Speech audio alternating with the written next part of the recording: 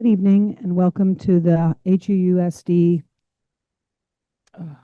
golly, board meeting for November 5th, 2025. I'm Ashley Woods, the board chair. We're all here and assembled and we'll get going. Let's call the meeting to order at 6:05. Carol? And do we have anyone public comment in Zoom? Because I don't see anyone here. Okay. If you want to say something, raise your hand if you're virtual. Okay. As we have no public comment, we'll move to approving the agenda. Does someone want to make that motion? JB makes that a motion. Pam seconds. All those in favor? Aye. Aye. Okay, we're going to do the thing we're here to do, which is the big event tonight is inviting Lang to speak with us. This is our potential new board member from Facein. Oh, yeah. He's got that.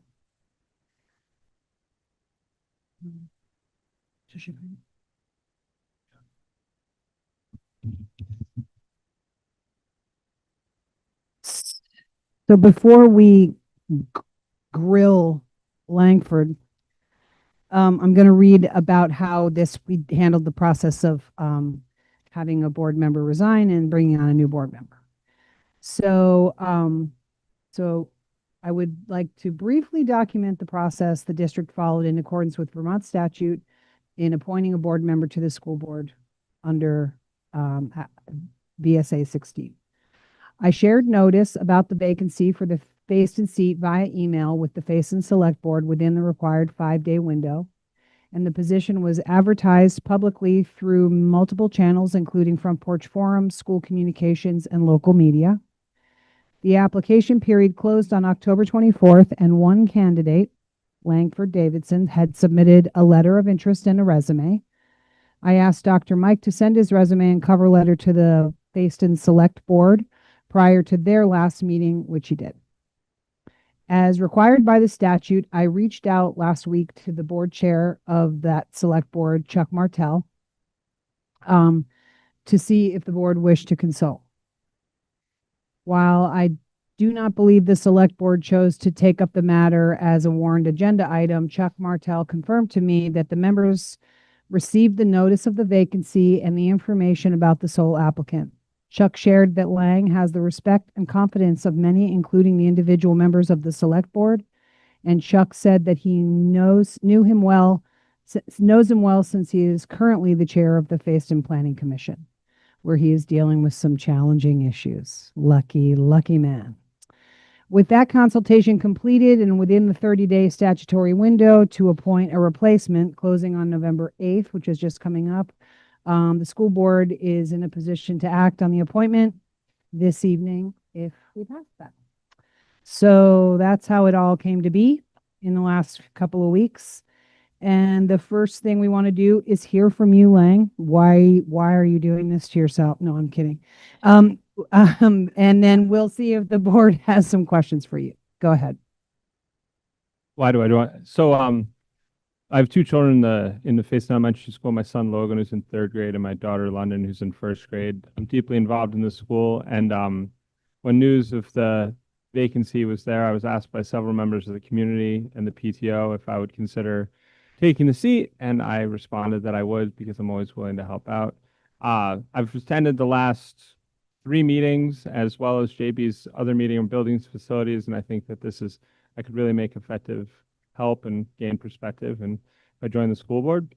And I think it's something I could really get into, and I feel like I have the space on my plate to make that happen. Thank you. Does anyone have any questions for Lang? Come on, Rebecca, come on. Come on. Let's make it interesting. You have a favorite color? Do you like the color green?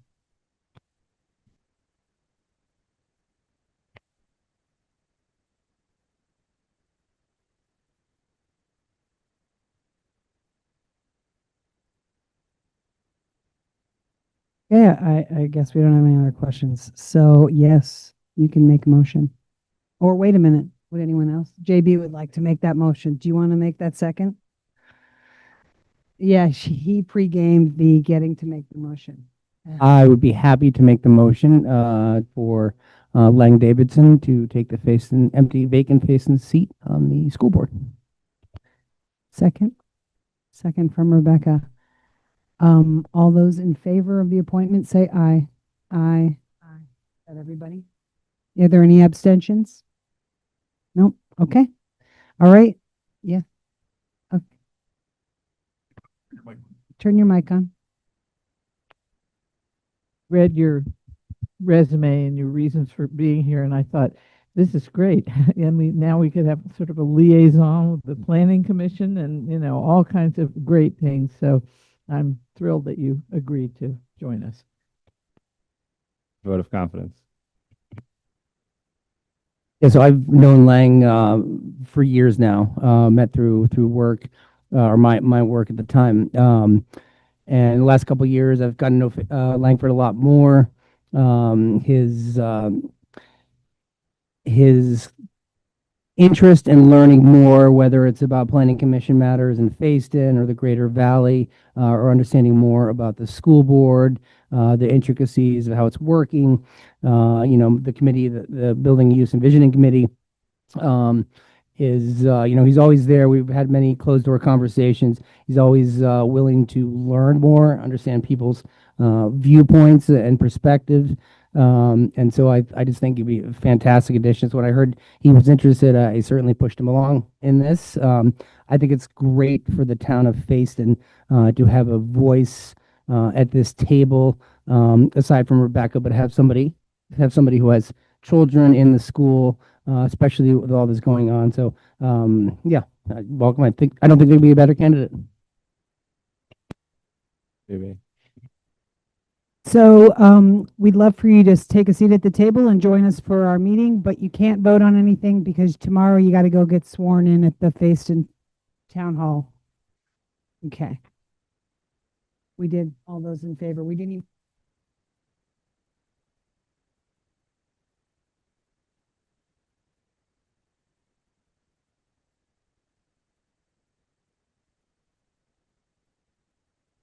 even. That seat is.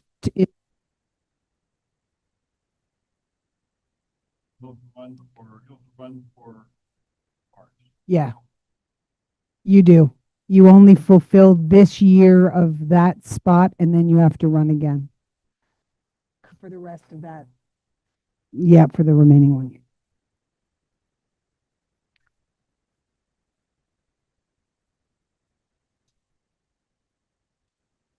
Okay. Well, that was really quick and easy. The next is board reports. I'll start by talking a little bit about the leadership report that I emailed to everyone directly rather than just link it in the agenda. And the reason is, while we were at our very cool VSBA conference this week, we conferenced a bit about the leadership report and using it better and having it go more in depth into things that we want to talk about and stop just using it for reminders. So every other week we'll go in deep on something, and on the opposite weeks we'll give the reminders and maybe update those reminders or talk about something that's current in that sort of realm of rules and whatnot. So I hope, if you haven't read it, and I will send it to you guys because it's important. I'm sorry, I didn't actually, they're not on Sen group, right? I have a different, or maybe they are. I sent it to Sen Harwood, but basically for Langford and you guys, we're asking, Cindy and I are very curious about what people feel strongly about going into budget season. It's really about priorities of what we want to hold on to, what we're not willing to give up, and what we're willing to fight about. So please read it and write something and give it to us prior to the next meeting. We really want to use those comments to create a really strong dialogue that we can have on the night that Lisa gives us the first rundown on the budget. It's going to help us prioritize better if we know what all of this group is really thinking about, rather than imagining what that is and trying to come from collective voice. So do your homework is what I'm asking. And the students have a report. Oh, sure. Go ahead, Emily. Questions, of course. Is our homework due before the next meeting in the time to get in before the agenda? Or is it just before the meeting? You know, it's just before the meeting because we're not making an official document out of that or anything. We're just going to take those collective ideas and discuss them in this group because I'm sure some will mimic each other. Some, there'll be commonalities. There'll be lots of things that we can talk about, but knowing people's, not personal agendas, but really your personal priorities here. We all have them. What's driving us nuts? Let's make sure we all talk about that. All right, students, let's hear it.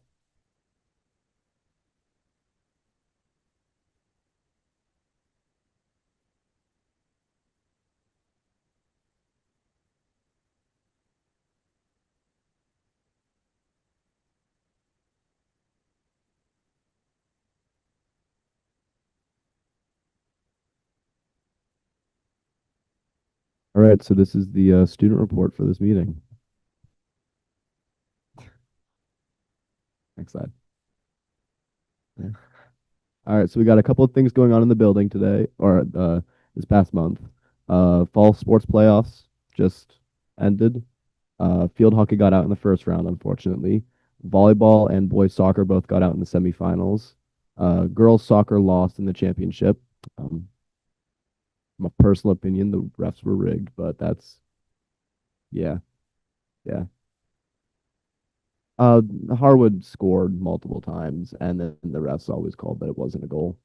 They actually let the game end, and then they went back and said not important. And then, yeah, it was,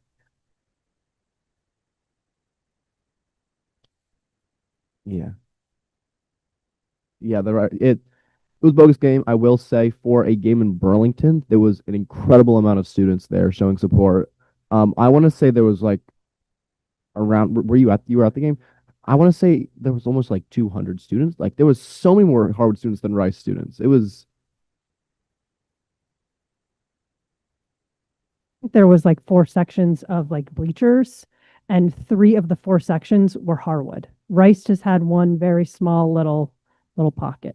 yeah, it was a pretty rowdy game for our side of the stands. But we were all very, like, it was a very supportive show from Harwood, and even though we did not win, our girls still made it to the championship. So that's like, yeah.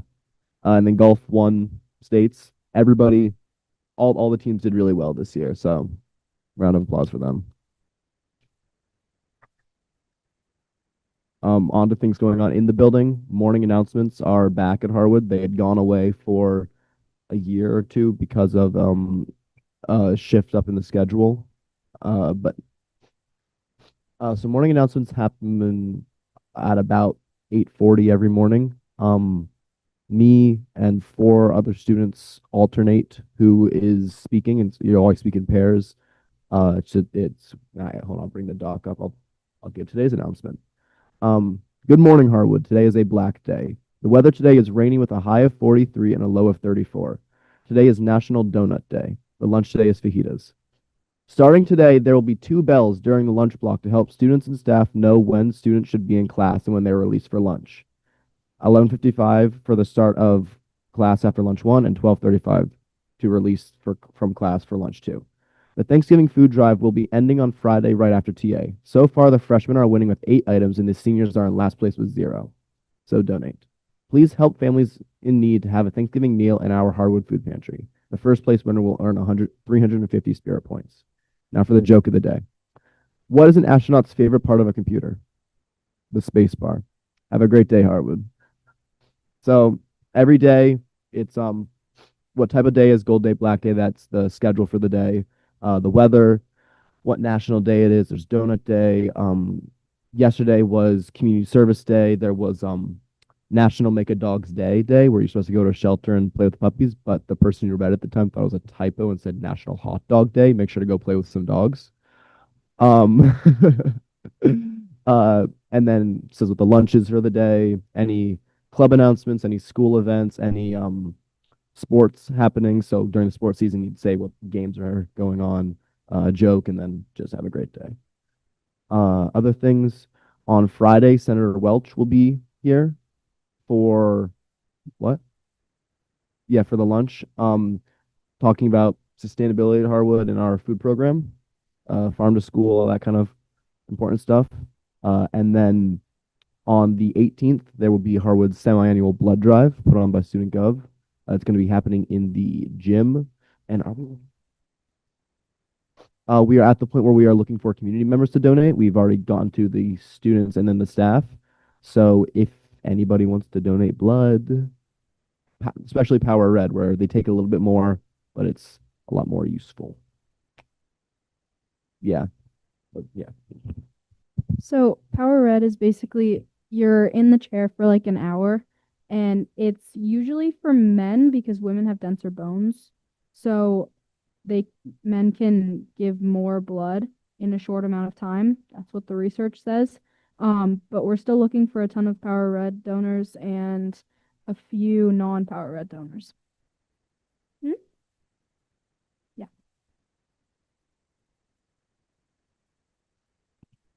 Next slide. All right. So on maybe October 9th, the seniors had Mountain Day, which is when all the other grades are volunteering around the community. The seniors go to Mad River and we climb or gondola up, not gondola, chairlift up the mountain. And it was amazing because I rode my first chairlift. So it was lots of fun. But we go up the mountain and then we come down, and then downstairs at the bottom of the mountain waiting for us is all the food people were instructed to bring. So then we have a little party. It was very fun. It's true. That's true. I am in one of those pictures.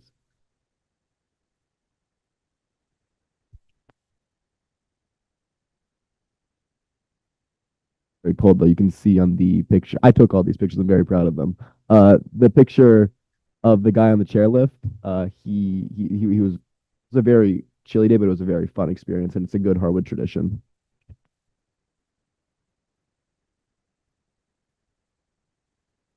Hey, thank you. Are there any questions about what's going on in Harwood? So if you have an important piece of information to get out to students, it's you guys who are going to get the first line to get a piece of information out in the morning. Yeah, if they listen to you. Yeah, we are the morning announcements was started up by Student Gov. Em and I are co-presidents along with Rona Chalmers, who is not on the school board, but yeah, we are the people who you should get to if you want to. Nice. I know Rona. I did the job interview thing with her a couple years ago. Yeah, no doubt. Okay, any other questions for the students? Okay, thanks, guys. Dr. Mike did not have an official report this time, right? But does anyone have any questions for Dr. Mike about anything? Moving right along.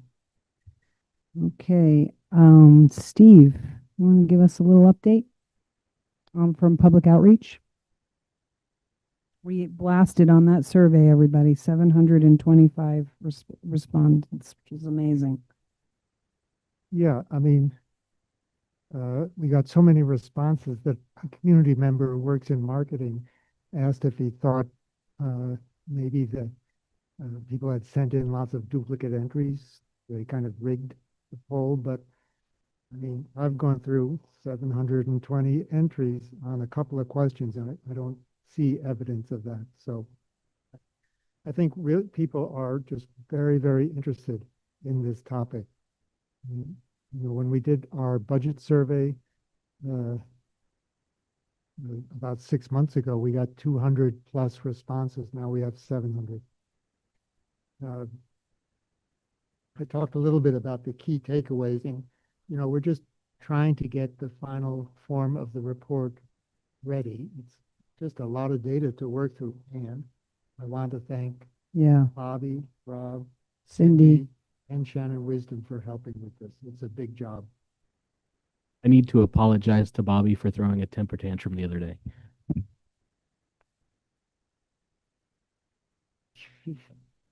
Okay, I think the apology is accepted.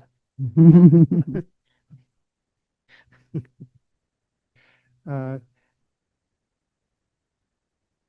So again, the key takeaway, I think, is that the community is deeply skeptical that consolidation will result either in improved education for the kids or significant cost savings. And I mean, this really came home on the question where we asked, what are the advantages of consolidation? Half the people said, nope, no, it's not, there are no overriding advantages. Uh, a few issues that came up repeatedly are unsustainable increases in property taxes, no surprise. Lack of state funding for construction maintenance costs.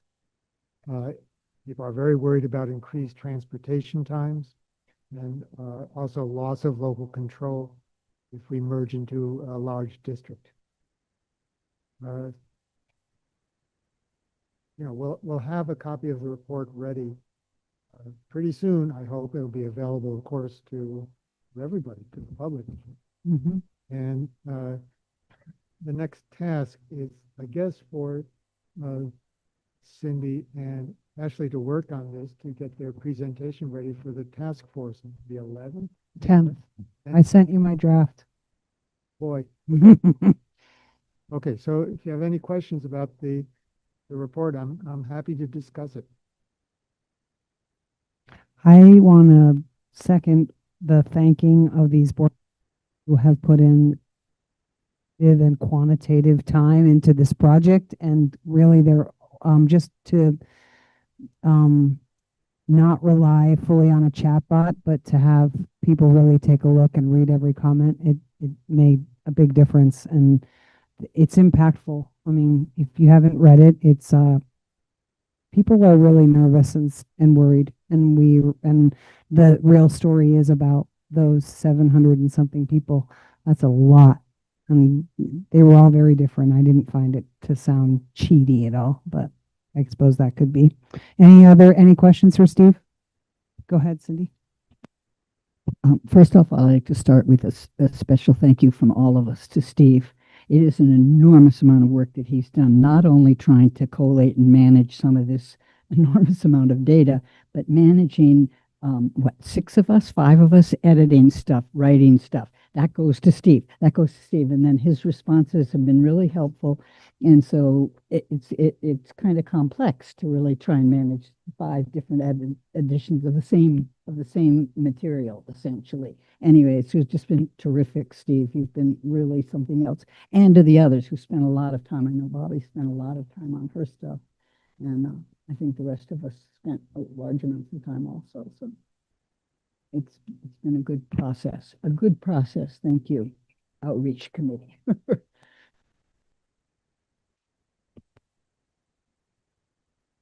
My microphone's not working, but I did want to add my thanks to the board members and make sure the community fully understands that how impressive it is that we had, number one, that many responses. That's wonderful for our community. But the fact that, Cindy and Bobby and Rob and Steve are not just scanning it, but literally reading every single comment that was made.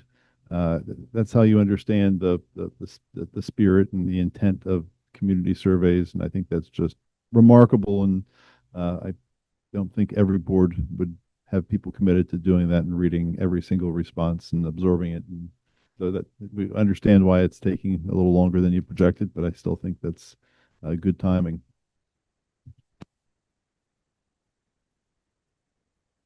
And it was interesting learning to use AI, which actually turns out to be fairly simple to get started with, but then you have to really hone in and clarify what your questions are. And there was some confusion on one question having to do with, did people say no? And but they didn't always say no, not for redistricting and use those words, but there was intent, I mean, emotional intent. And I was impressed with what you can do with AI. On the other hand, I also see a lot of cautions with it, and I look forward to our presentation on AI because I could see some of the pitfalls, but it was an interesting process. Thanks, Bobby. Okay, Moving on to our next item, if unless anyone else has any more comments on that. No? Okay. Next, we are going to have our discussion and an enrollment presentation to start, followed by education funding formula presentation from Lisa. So, enrollment.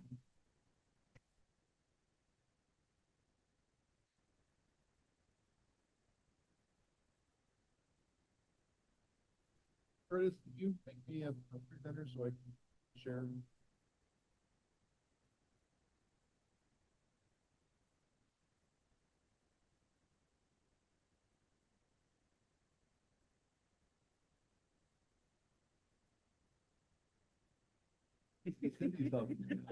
All right. Cindy's in the tech zone. Where Mike's pulling that up.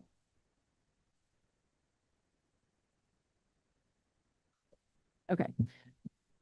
So we wanted to be able to share enrollment trends, and how we started enrollment in trends is looking at birth rates. Looking at birth rates in Vermont, Vermont had the fewest birth rates in fiscal year 24 across the nation, across the United States. In fiscal year 24, we had 5,026 births, and in fiscal year 23, we had 5,063 births in the state of Vermont. In Washington County alone, we had 482 births in fiscal year 23.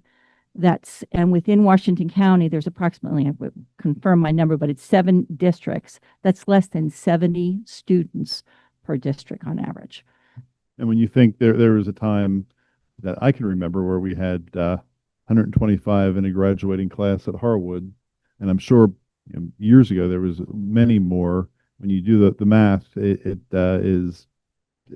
we hear this all the time, and this has been some of the conversation when I was on the commission. It's been the conversation in the legislature about our declining enrollment in population, but it's very real.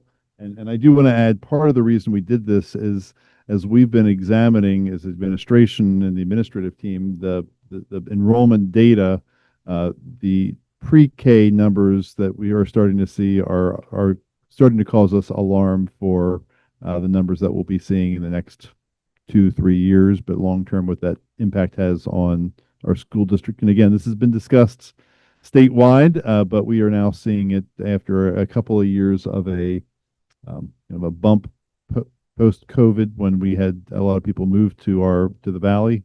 We're starting to see that decline again. Next slide. So as I mentioned, Vermont is 10% below the national average. You can see in the Northeast, it's pretty much very low, and the highest was actually in Utah. The average across the United States is 27%, and our birth rate was 17%. And it's been consistent for the last 4 years, the lowest across the nation. Why are birth rates important today? Because it is our future enrollments. Fewer births means fewer students, fewer enrollments. And 5 years from now, that's kindergarten, when they start entering kindergarten. So it's important that we're watching that and we're monitoring those birth rates. Declining enrollments also affect our cost per pupil. Increases go up with declining enrollments. And that's key, especially when we are so close to our excess threshold. We're only $482 away from our cost per pupil threshold. And remember, once we exceed that cost per pupil threshold, we're taxed for every $1 over, we're taxed $2. So that's very important to keep in mind as our enrollments are going down. It's an important question across to look at enrollments, because it has direct implications, district budgeting, staffing, facility use. So it's important to look at this as a package. It's an entirety. Again, enrollments predict our populations for elementary and secondary. And this is not a temporary issue. This is a structural issue. If we're seeing consistent birth declines and enrollment declines, this is a structural issue we'll need to be looking at and to start planning for the future and how we address that. Next slide. I'm going to go through these pretty quickly because we also have another presentation after this. Again, declining enrollments impact class sizes, staffing, and resources across all of our schools. Planning resources and planning for these enrollment drops are key in terms of resource allocations and how we gather the data and how we then plan and traject for the future within our budgeting for the next 3 to 5 years. What do we do? How do we look at this with this data? And then identifying those early demographic shifts, and then to be able to plan with those, with that data. Next slide. So this is where we start to get into some of our own enrollment for pre-K. We shared the report that I know the board looked at the last meeting. And we do want to kind of start to do a little bit of a deeper dive and then look for your questions about pre-K. Not every state has a pre-K program, and I do want to remind us that the Act 166 provides for a certain amount of pre-K for families, not necessarily in schools. Not all schools, not all districts have their own pre-K program. Harwood made a commitment years ago to have that program, and I think it's a good piece. There is an expense that goes along with it that Lisa and I will talk a little bit further, but the number of hours provided for us, students in most schools attend 2 days a week, so two full school days, so it's not full time, which means a lot of families who have needs, childcare needs, have to back that, the guarantee and that funding with another program that provides childcare for the other half.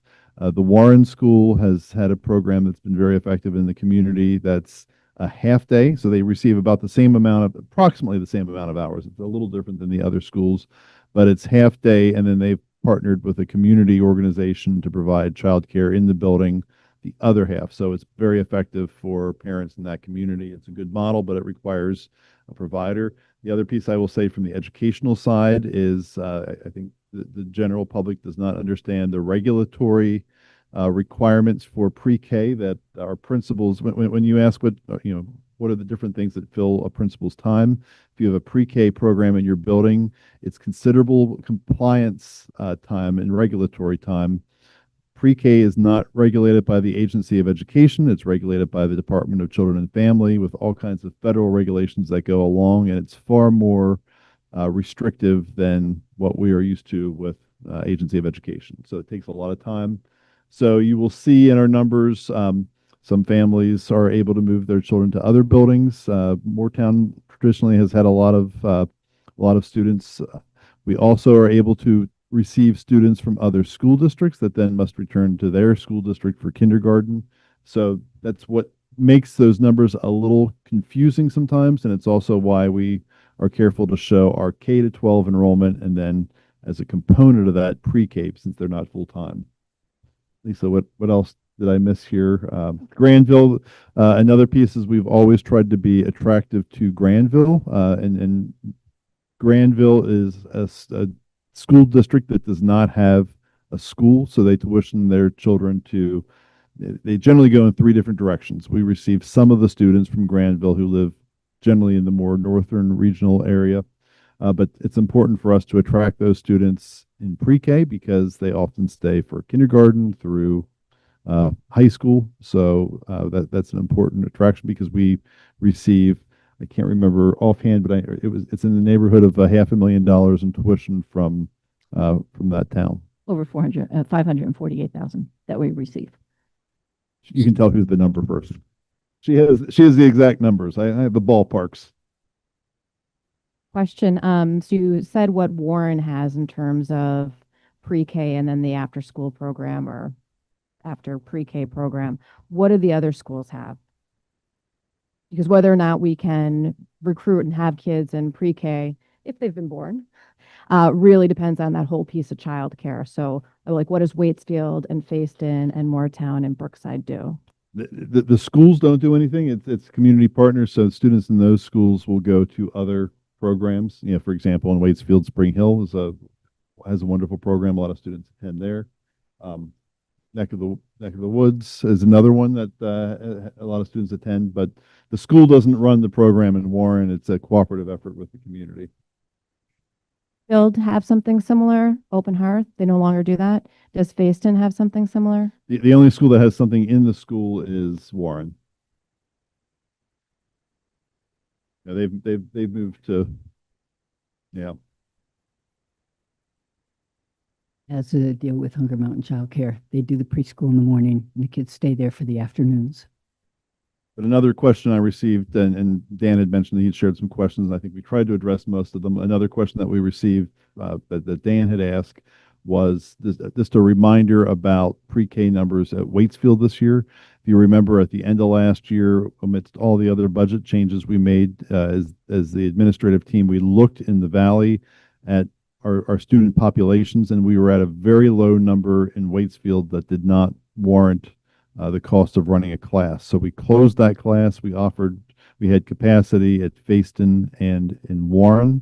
So we offered those families the ability to go to one of those programs. And unfortunately, in checking with Kaya, most of those families chose other options because they needed that childcare.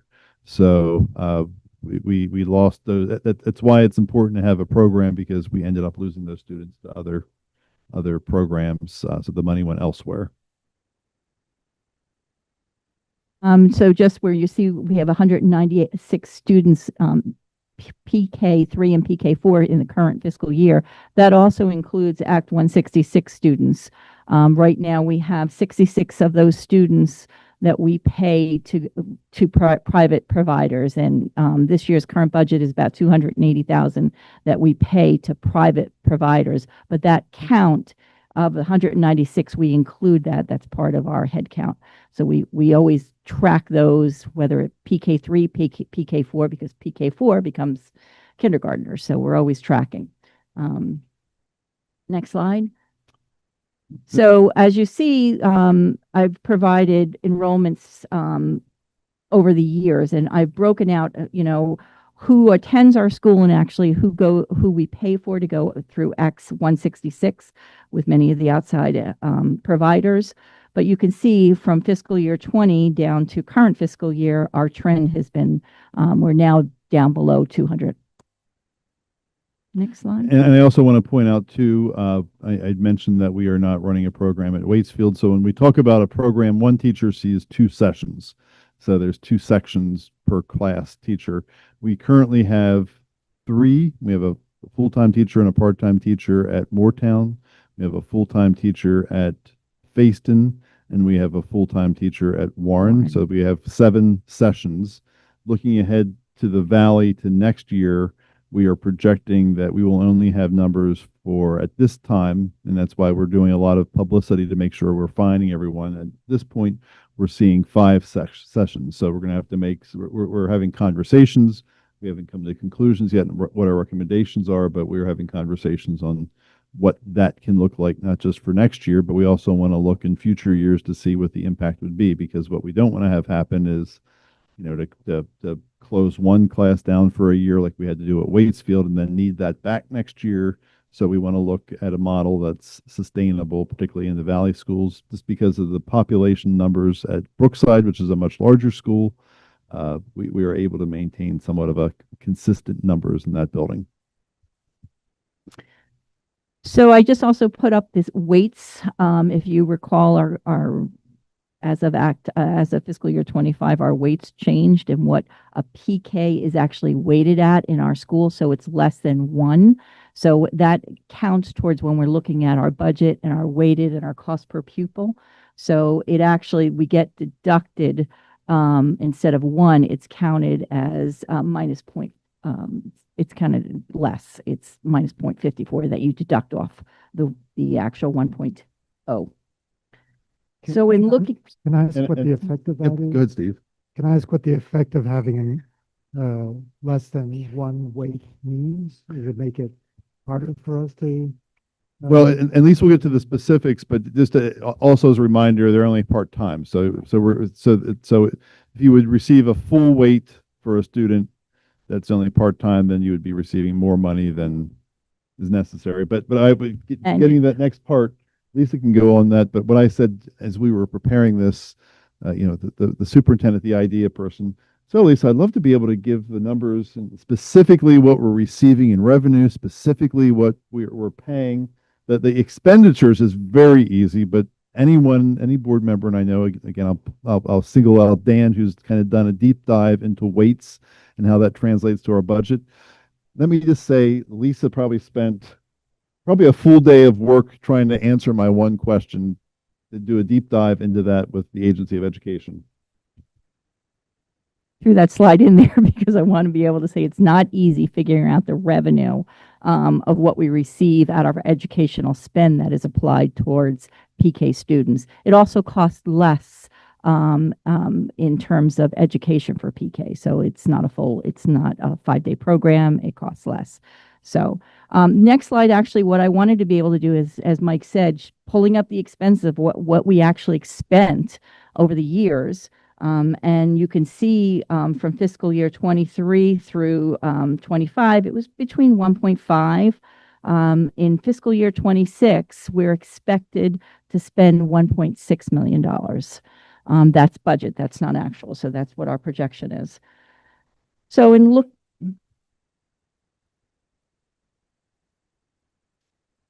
I'm sorry. So yes. So just to, as I mentioned earlier, we're projected to spend $280,000 to private PK students. So 66 students in our count of 196. We pay $280,000 to go to some of the private schools, Spring Hill, Neck of the Woods. There's a whole host of that we pay for, and each one of those private tuitions cost almost $4,000, $3,982.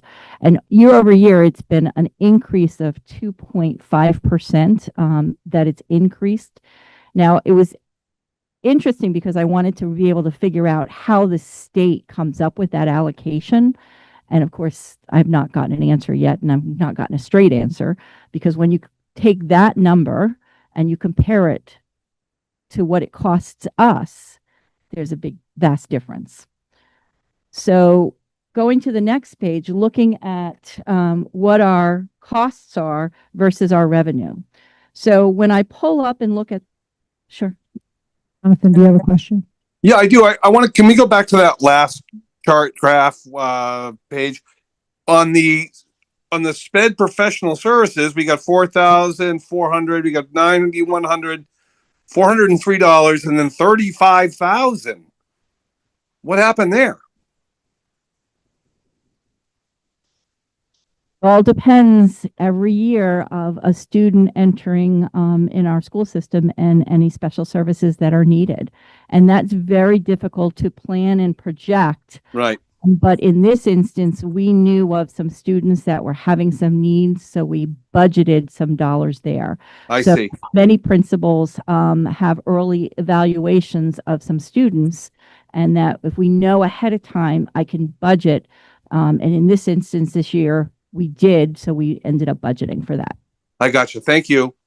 And great question, Jonathan. I'll look to John Berliner, who's here as well, because John, not just pre-K, but all other levels, he carefully tracks what needs are, and then he and Lisa spend a lot of time so that when we're putting numbers in budgets, it's projected on what we think is actually going to happen with John's expertise of services that are needed. All right, Mike, thank you. The only other thing I would add is, while pre-K money through Act 166 is for the 10 hours a week, special education services for preschool students is not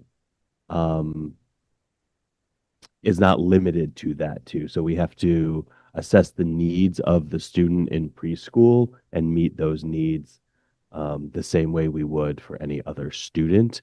So it's not exactly an apples to apples comparison all the time there in terms of the amount of time. Thank you. Can I also ask, as far as benefits go, does that include the health care?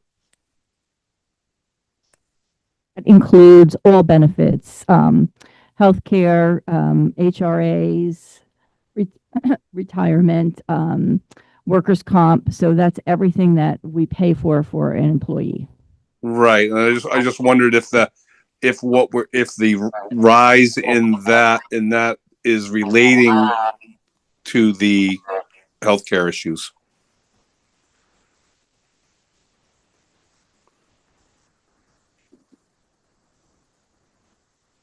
You mean the benefits? So this is staff benefits.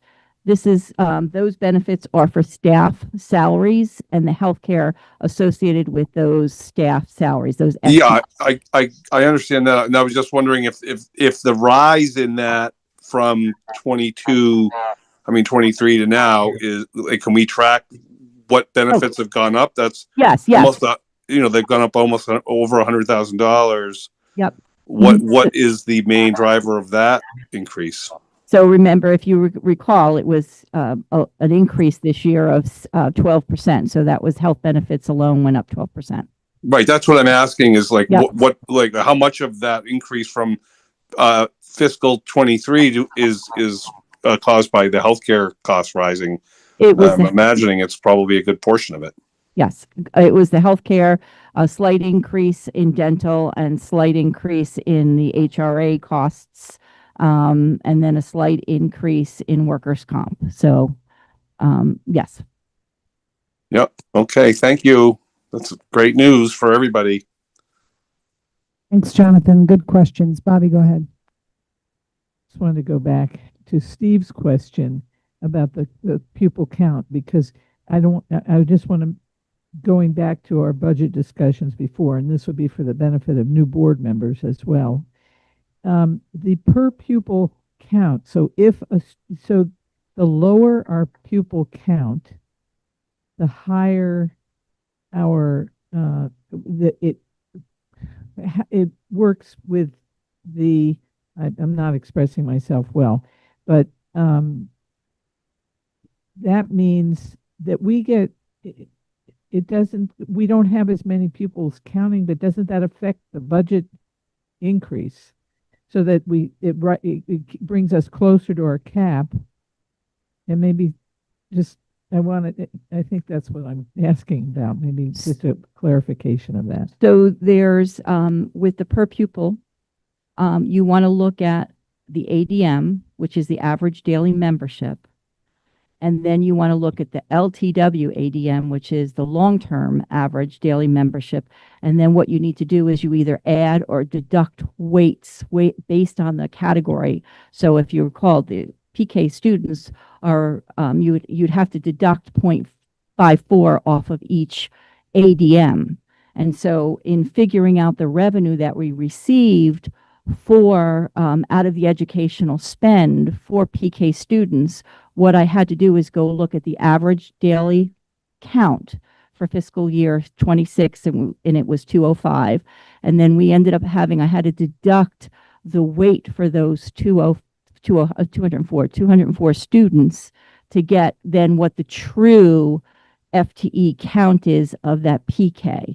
And then I had to add back in sparsity, English language learner weight. So it wasn't an easy calculation, but I got to as close as I could to be able to figure that out. And in looking at that, looking at the revenue, we do receive, if you see in fiscal year 26 for early education aid, we receive $191,910. Oh, sorry, next slide. And then if you look at our educational spend, out of the big number that we get of over $40 million, I had to back out the average daily membership and the weights, and then put that in and look at the difference of what I would have gotten versus the lower pupil counts for PK. And the difference ended up being $1.4 million. So then I take that and I divide that by the average daily membership to get what my cost per pupil for PK is. And that came out to $8,000, $8,064. So that's what I received, projected receive in fiscal year 26 out of our educational spend that could be attributed towards PK students. And my budgeted expenses for fiscal year 26 are basically 8,000. So we're breaking even, but those are budgeted expenses. We don't know what it'll be at the end of the fiscal year. If you look at fiscal year 25, we actually were at a loss for our PK. So we received $7,648 with the methodology that I used, and I actually passed this through the state and made sure that my thinking was correct. And they said, yes, you're pretty much in line with it. It's not exact, but it's pretty close. But we actually spent 7,000. So we were at a net loss just looking at that cohort of PK students of more than $60,000. And if you compare that, so we in fiscal year 25, we actually spent $7,000 on a student, and that also included. I think last year we did 248,000 in terms of those Act 160, 248,000 in fiscal year 25 to private, and in fiscal year 26 we're projected to do 280,000. So, but that was what we're spending, and we're sending out to private schools. Last year was $3,890. This year it's $3,982. So, and looking at this, again, you're comparing budget fiscal year 26 to actuals. That number could change at the end of the year when we look at our actual expenses for fiscal year 26. And what I'm talking about actuals, our salaries and our benefits won't change. But it could anything depending on if we spend more on special ed or something else. The below the line expenses, below the line means anything above salaries and benefits. Those numbers could change, and often they do change, especially under special ed. And the other variable for those who've looked at teacher salaries is, the experience of the teacher. So if we have a teacher who's at the, has master's plus additional credits, who's at the higher end of experience, if someone at that higher end retires and we hire a new person, that's going to impact those expenses. So that varies. But the other piece I wanted to point out is, even with pre-K, we talk about this with other schools, but just to remind everyone that we're a public school. So even with pre-K, if a student walks through our door, we say we welcome students with open arms and accept every student and work with every student regardless of their challenge or the disability or the cost. Private providers are still, even with pre-K, are able to say we cannot service you. So that is another piece that we usually get the students who have those higher needs. Well, a question for John. You had talked about, and Mike, you were saying it, that when a pre-K kiddo has some sort of special needs and we can give them more than the 10 hours or more services than that. Have you been successful with matching kids with the services that they need, one, in our schools, and then also being able to make that work in further away placement? It depends. We are not in a position right now to, I'll start at the end of your question, sort of work my way back. We're not in a position right now to be able to send our staff out to district residents who are in a private preschool outside of our district. We'd love to, but that is just not something we have the resources for right now. We do have some of our some of our school staff go push into some of the preschools in our district that have a significant number of students, just because we can be efficient with that. We do also offer, even if a student is at Hunger Mountain or Neck of the Woods, we can offer, for if the parent's able to come into one of our schools to get services too, depending on what they are and what their needs are. We are able to meet most of the needs of our preschool students with special needs.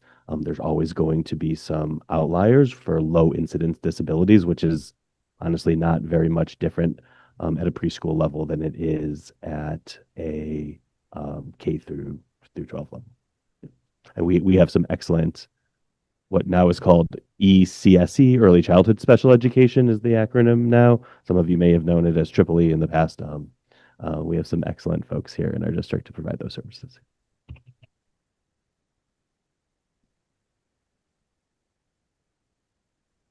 All right, diving deep, Lisa. On the last slide that you just had up, the revenue per pupil is going up significantly in FY26. From my understanding, does that imply that we have a lot of English as a second language students in PK? That what's driving that? Is so that'll follow through for the next 12 years, presumably. Include that, but I can actually include the adjustments for that. So there, I went through the adjustments and went through it, and so there we got weight added back because of those additional categories. So that helped. Just Dan, just to point one thing out. So the determination of if a student qualifies under English language learner is based on the standardized assessment. So just because a student qualifies when they're younger doesn't mean that that will necessarily continue as a designation. Oftentimes, as students are immersed more in English and receive services through that, they no longer qualify later on in school. So it is not something that once has been determined will continue necessarily all the way through. Really be preparation required on the school's front. It's probably a temporary. I would say possibly because it doesn't mean anything either way. There are some students who, for whatever reason, do continue to qualify, but it's not inevitable. This is more of a statement, but and maybe it's neither here nor there, but being on the board of Neck of the Woods, we did just approve the expansion for the second floor. So there'll be additional 50 slots. And I was curious as to what, if any, impact that might have, given the declining enrollment, that there will be more spots for pre-K kids beginning next year. So just something to keep in mind in the forecasting. So just really quick, Dan, to answer your question, I did add back for economically disadvantaged. We were able to add back pupils and English language learners and then sparsity to our PK. So that bumped our number back up. And the other question we're still working on that, as Lisa and I were talking through this, is there is a child care tax now that supports this. So one of the questions that I wonder that we're trying to get an answer on is how does that impact the education fund? You know, are these expenses coming from that revenue source, which is through a payroll tax, or is this revenue coming from our property tax? Again, we're just trying to fully understand that as numbers and finances get tighter. So that's an open question for us. Jake Feldman. So I actually emailed Jake just to find, because I think it falls under other revenue, but doesn't specifically state. So I'm waiting to hear an email back from Jake and Brad as well. So next page, does anybody have any questions on that? Okay, next page. What I just did is dating back to fiscal year 22, I did a 5-year enrollment snapshot by grade level.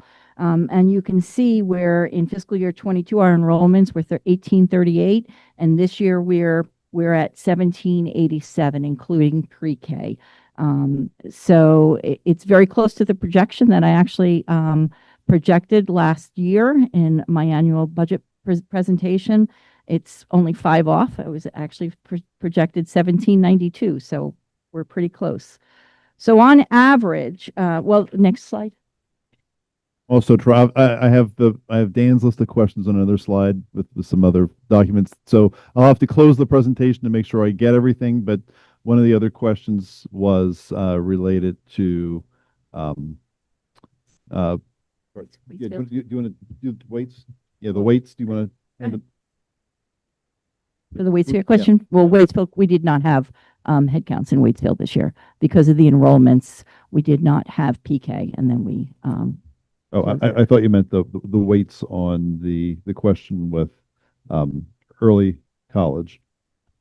No, that's the one I want her to do. Because we went back and forth on that. We were a little confused about that. Right. So the early college they're not counted as our ADM unless we exceed that 5% threshold. If we exceed that 5% threshold, then they added for 12th graders. Then they add that phantom number back to us. So then we're held harmless.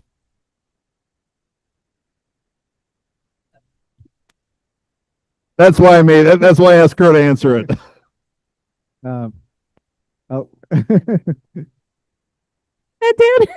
I'll maybe rephrase it in a form of a question, I guess. But so what happens is the state says if you go more than 5% of your senior class leaves for early college, you're not going to get penalized for that beyond the first 5 students.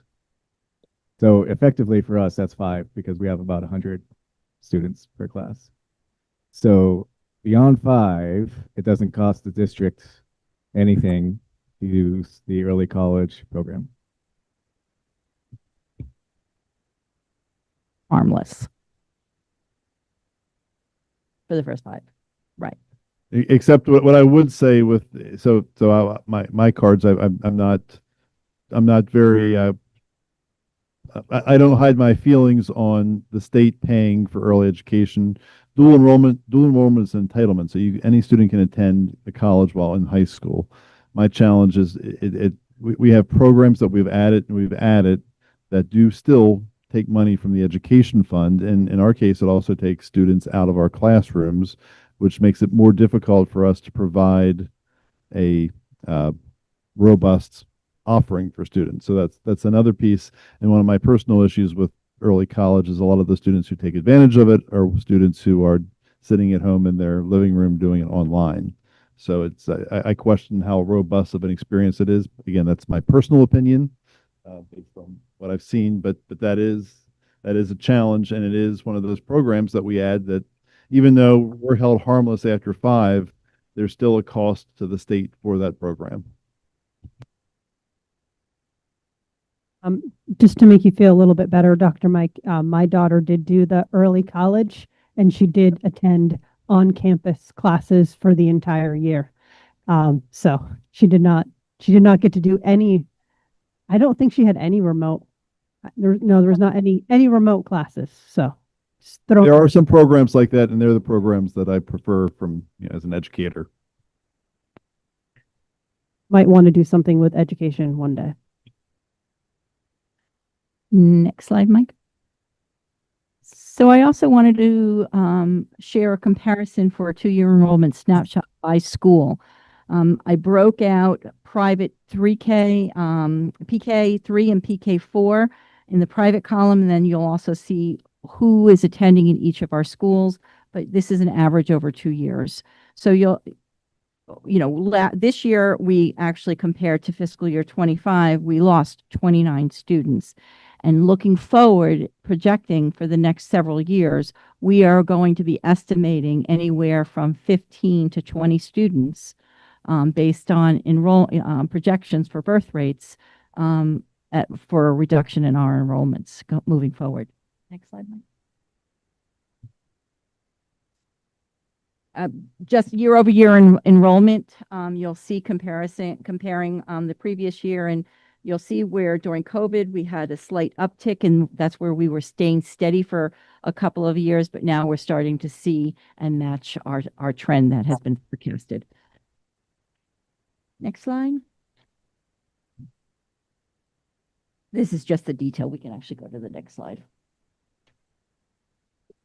This is linked, so you're welcome to take a look at any point. I think we have it linked, don't we? Yeah, we have it linked. You can even go to the next slide for the grade bands. I just have a lot of slides, so I'm kind of skimming through these. So what I did was I broke this up by grade bands. So you can see whether it is enrollments by pre-K, 5 through 8, or 9 by 12 over the last several years. And then what we're projecting for fiscal year 27 and 28, we're projecting an average of 50. If I average it out, we're projecting an average loss of 15 students each year over the next 2 years. And next slide, Mike. And another question with enrollment projections was about the annual New England School Council projections we get every year. They usually come out sometime in December. We provided our enrollment data. I think we did that last month, and we should get that projection, which has been pretty spot on recently. So we should have that sometime in the next month. It's NESDEC, and we have it posted on our website. It's New England, I can't remember their acronym, but New England School Resource Research something. No.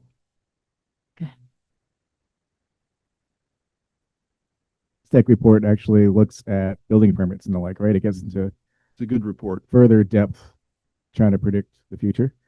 And I just wanted to add, I'm glad you're really looking at this seriously now, because along with healthcare costs, I think this has been like a slow bleed that's killing districts.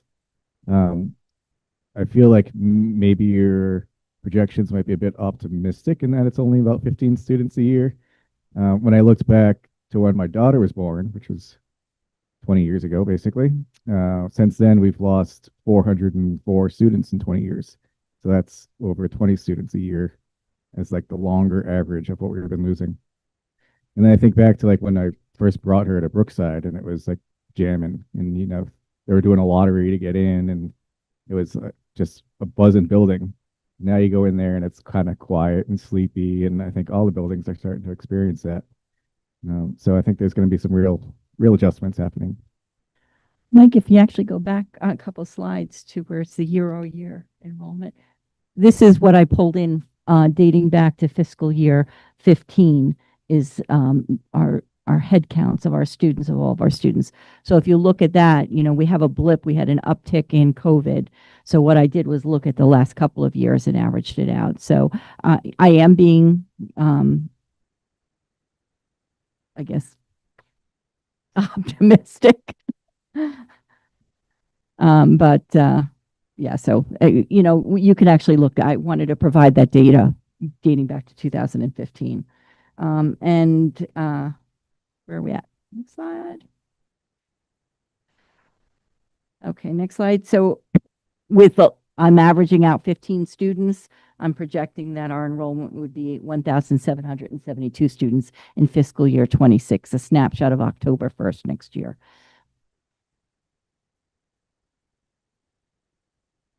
Any questions?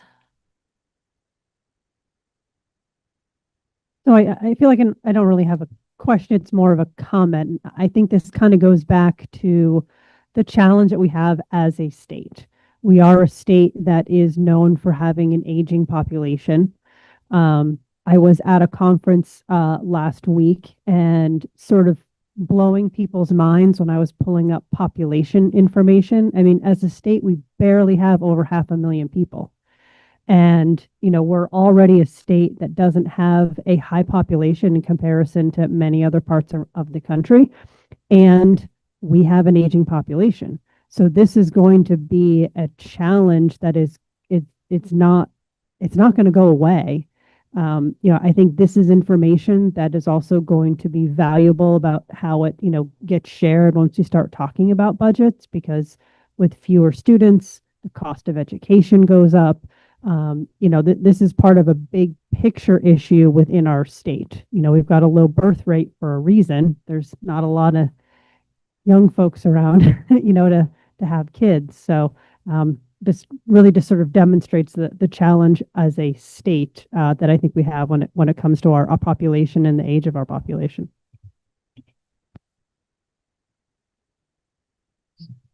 Yeah, just to add to that,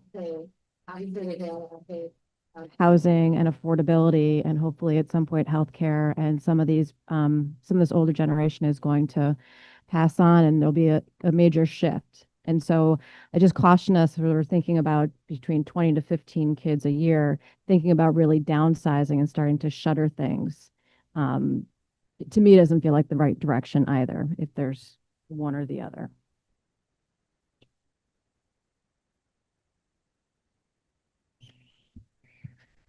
On the slide with the 2-year enrollment snapshot by school, of course, I always look at Moortown, and I'm surprised. While other schools are dropping or barely holding steady, just over the 24 and 25, Moortown jumped by over 10%. Is that kind of can, can we read anything into it, or is it too short a time period?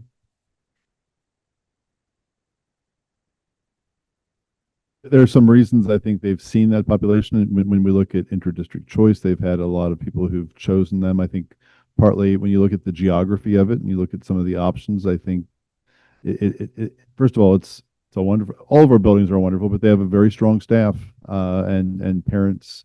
When we have, I've had to handle requests every year with the principal of inter-district choice of parents who had their pre-K child there, who wanted to keep them there in kindergarten, and we just did not have the space. So I think, there's a variety of reasons. Geographically, it's convenient for people who may be going to work, heading to 89 or Montpelier or someplace else. I think it covers a wide area, and I think people, when they have their child there, they get an excellent education, and they have an excellent staff who really loves their children. And they said that's not unique with just that building, but I think that's part of the reasoning why we're seeing a kind of a higher number there. And I'm sorry, the other piece, that question Dan asked was about public school choice, and that was something we talked about last year at the end of the year. There's a state law that says we have to offer public school choice. So we are part of a program because you have to do it in a legally defensible way, that there's a lottery, that there's time frames. It's not something that we can just say, oh yes, we'll take that student in exchange for this student. There is no money changed hands. So when we send students to another school, we don't pay tuition to that school, and when we receive another student, we don't pay tuition. So that's why there's some hard limits on those numbers. And we I did a deep dive after a question from Dan last year on that one, and we learned some things at that point. But taking a look at the numbers, our numbers for the most part, that I've looked for the last 5 to 10 years, our in and outs have been pretty consistent. They've been generally roughly 10 or under. One of the questions is that Dan had is, where are students coming from and where are they going? And just in general, I have one of the reports here and has names on, which is why I wanted to stop sharing my screen, student names. But so looking at the students we've received they've come from Randolph, Spalding, Montpelier, U32, Twinfield. They're the main schools. The receiving schools are MMU, CVU, Stowe, Colchester, Spalding, U32, so some similar names.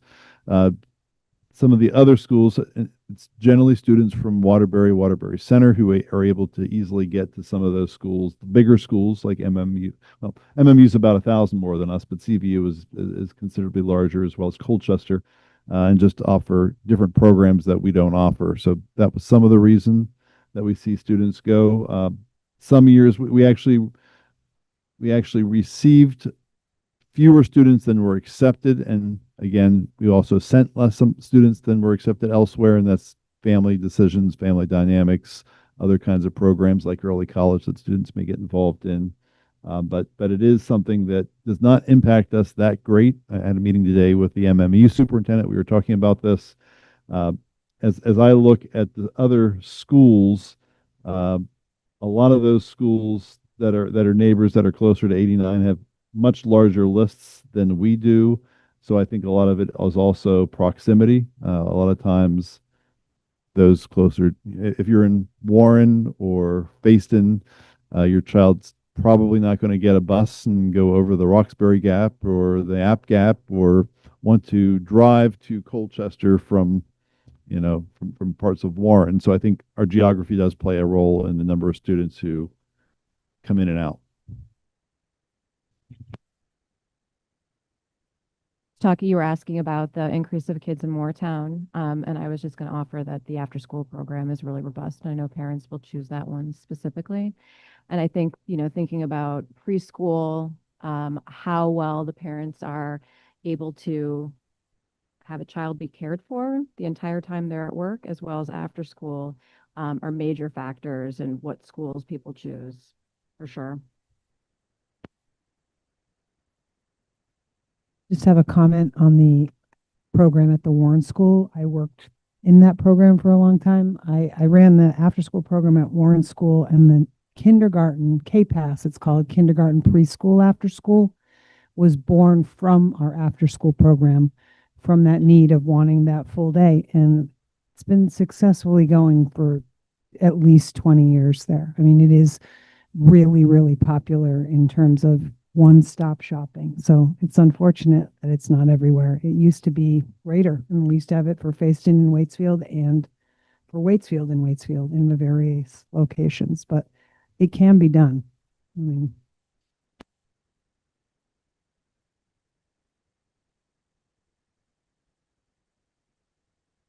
thinking, I mean, having been looking at the survey that we sent out and looking at what people are thinking about with redistricting, that's an opportunity where you could look at facilities and expand them.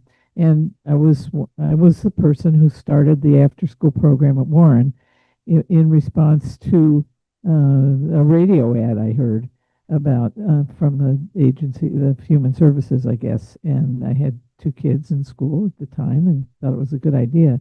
So, but, it doesn't always have to be in one building. But then again, you're talking about maybe increasing transportation costs because you have to move students from one place to another. But I'm jumping ahead, but I keep thinking about the survey responses. Interestingly, parents, I saw several responses that said, well, I hope they'll keep school choice so we can send our kids to the closest school and we'll get a choice. And just interesting.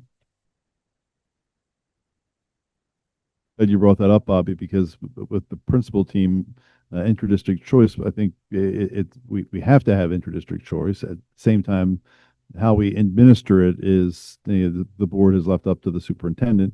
And that's one of the pieces we're discussing, because to make classes viable, sometimes we may have to look, we have caps on the upper end, and like the state, we may have to look at caps on the lower end and start saying no to interdistrict choice if it's going to cause an imbalance too low in classes and take away students from a building where the class won't be viable otherwise. So it's when you talk about some of the tough decisions, we have some other tough decisions, and that's why we're really starting to take a very close look at the enrollment data.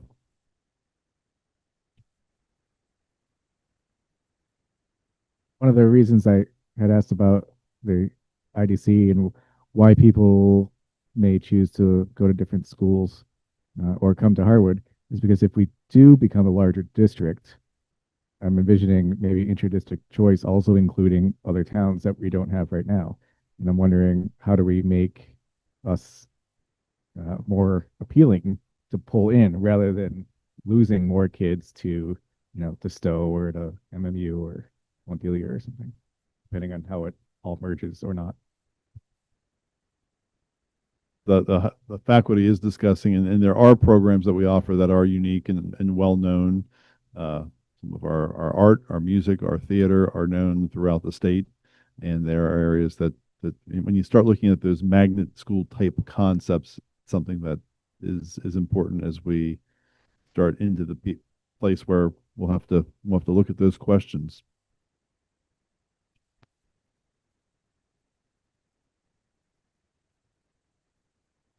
We used to talk a lot about what were we going to do to improve to draw in Vermont people to Vermont. That used to be a conversation that was at a lot of different meetings on different boards and different levels of, how do we make the state more appealing?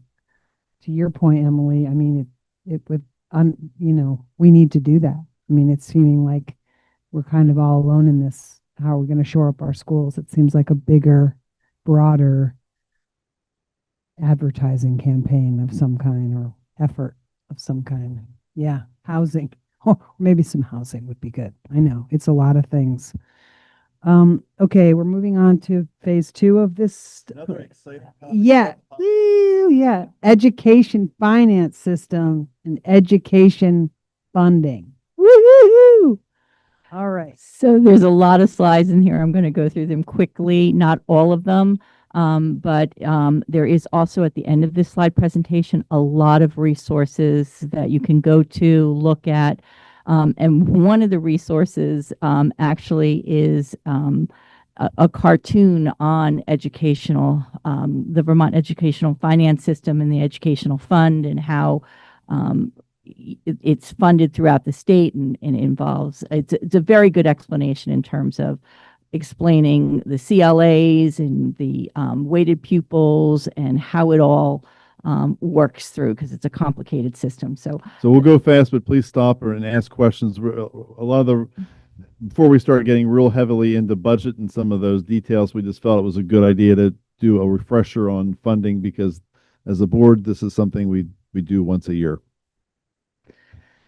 So we know it's complicated, it's challenging, but it is shaped by fairness and trying to have equal opportunities for all students across the state. And it also aims to balance decision making. It has its benefits, but it also has its challenges. The Vermont's educational finance system is coupled together with local and state decision making. So it basically looks at what we need in terms of property taxes, what property taxes rates need to be set to fully fund the expenditures of all of the school districts throughout the state. And it is dedicated to the statewide educational fund, that revenue that goes in. Next slide. It is actually the total cost for all of the education throughout the state. And those decisions are made locally and by the state. So the local decisions are the approved budgets or the expenses, which we put out for the approved budget, which we vote on in March. And then the state also has some decisions in that fund in terms of any categorical aid. Categorical aid is English language learner aid that we get, small schools that we get, our SPED Ed grant that we get. All of that is made by the state and those decisions, and then any policies that are made that impact local budgets. The educational fund is separate from the general fund, and it represents about 1/4 of the entire state's spending. And all the approved budgets throughout the state and the approved voters' budgets is actually equal to I always refer to the educational spend. So what is the educational spend? The educational spend is our expenses minus our revenue, which nets our educational spend. So our expenses minus our incoming revenue that we planned, which includes categorical aid, that's our educational spend. And that educational spend is what makes up throughout the whole state of Vermont what the educational fund needs to finance. Next slide. So the cost of education in fiscal year 26 is $2.4 billion this year. In fiscal year 25, it was $2.3 billion. Again, how do we fund that? It's between property taxes and non-property taxes to pay for that educational spend for all the school districts throughout Vermont. I just want to go through this really quickly. The educational fund components, you'll see the education is mostly the fund percentages. Most of the payment is made up by the education payment. It's 80% of the education payment that goes out to all the other school districts. And the rest is made up either transportation aid, English language learners, all of those categorical aids, again, adds to what the cost is that needs to be paid throughout all of the school districts. We talked about weighted pupil. We'll go more into that in later slides, but again, in fiscal year 25, there were categories that were added to the pupil, and the weights changed, and additional categories were added to that weighted pupil count.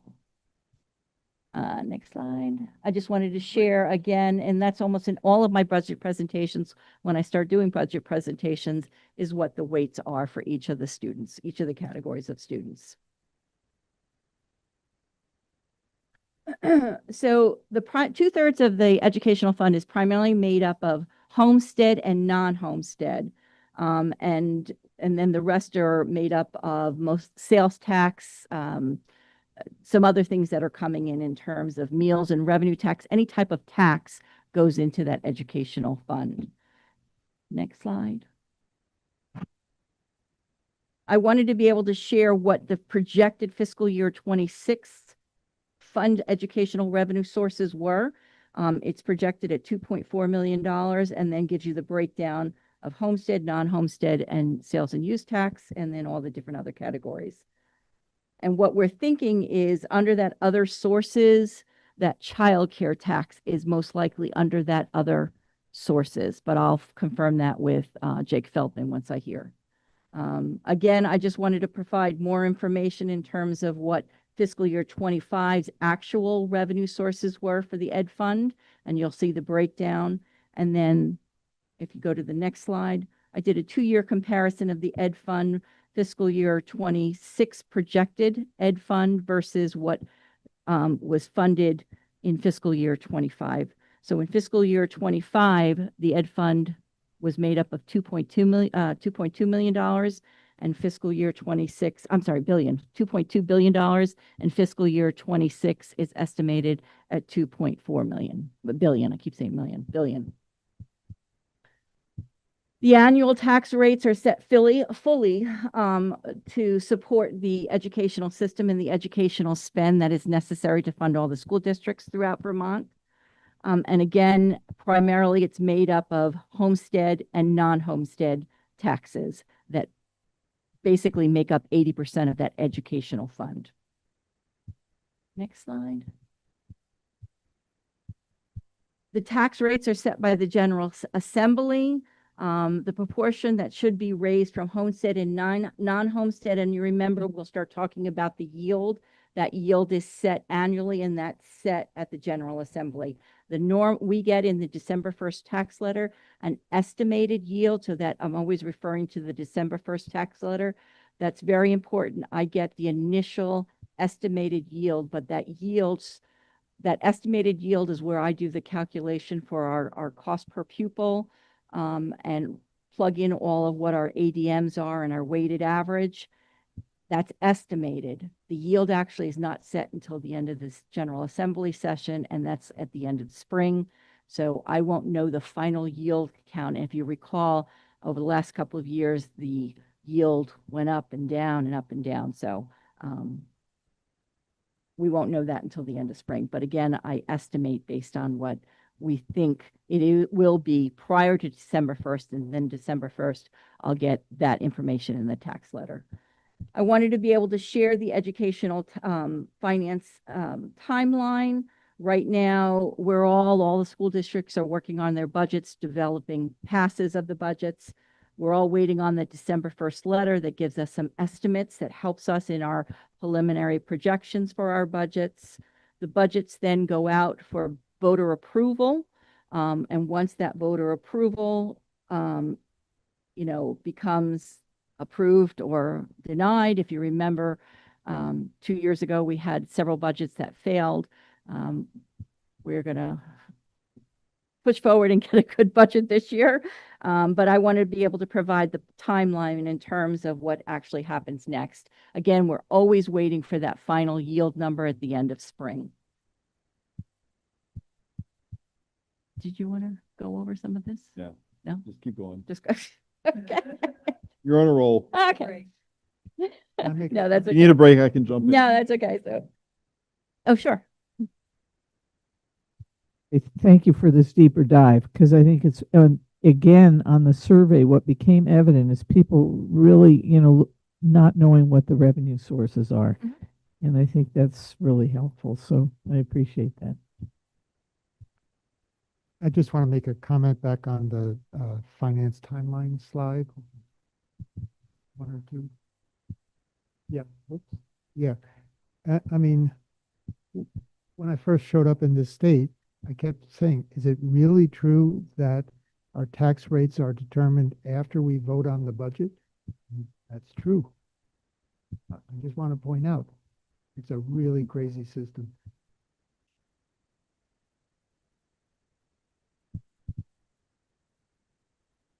about this in depth. And I'm still convinced that the UVM researcher that came up with the 2.49 multiplier for the English language learners made a mistake. But this is no like a data error, not like a judgment mistake, but I'm convinced it's a data error. But so this is maybe a question to John, maybe, or any of you that can kind of speak to it. But so say it costs $15,000 to educate a standard pupil. Is it reasonable to think that it costs $52,500 to educate a student who has English as a second language? It's additive, so the 2.49 is added to the one student, so they count as 3.49 students.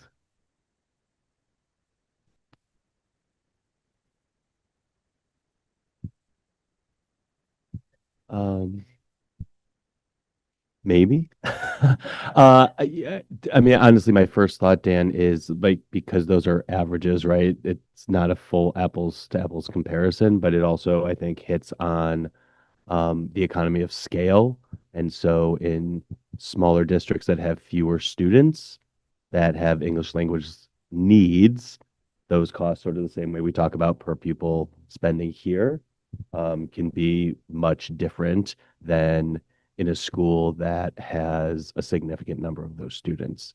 So I can see a scenario where that is somewhat true. I don't want to speak to the exact numbers there, um, because of the specificity of those needs and how much a school like ours with low numbers of those students are able to achieve the economy of scale.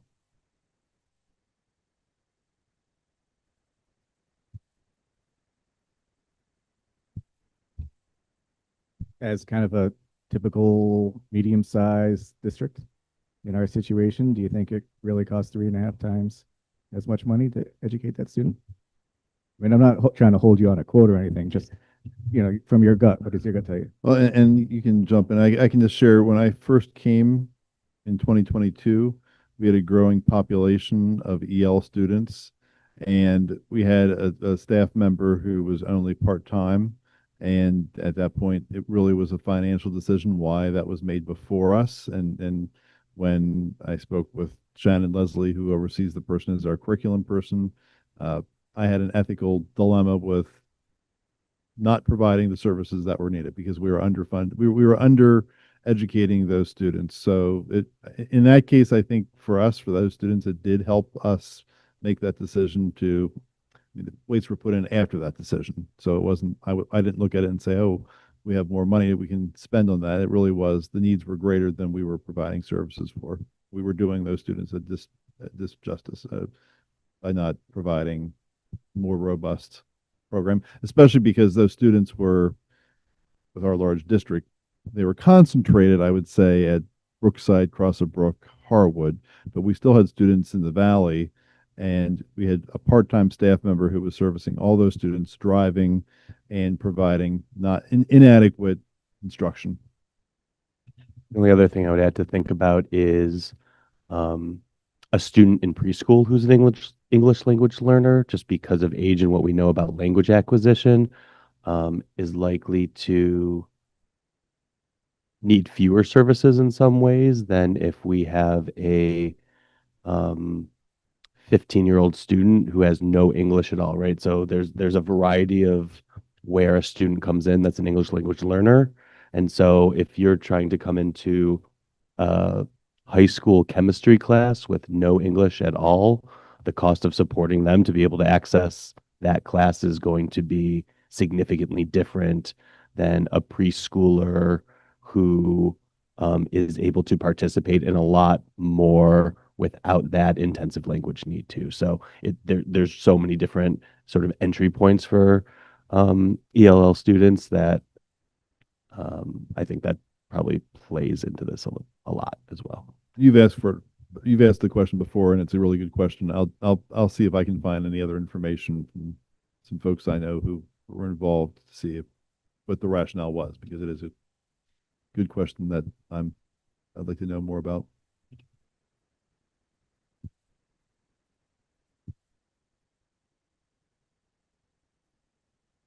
Your point, Dan, and I think that probably as it hits our district, it's fine, but I imagine a place like Winooski, which has a tremendous amount of English language learners in one spot where they can have some staff service, multiple needs, it seems like a real windfall. So this next slide is just something that I pulled when we did last year, just saying that talked about this a lot with the commission work, that we sometimes blame costs on one particular bucket of issues, and really it's all three. And in that, I would include education spending cost drivers. We talk about special ed, but I would also talk about declining enrollment. That's also a driver. And there's not one lever that's going to fix things.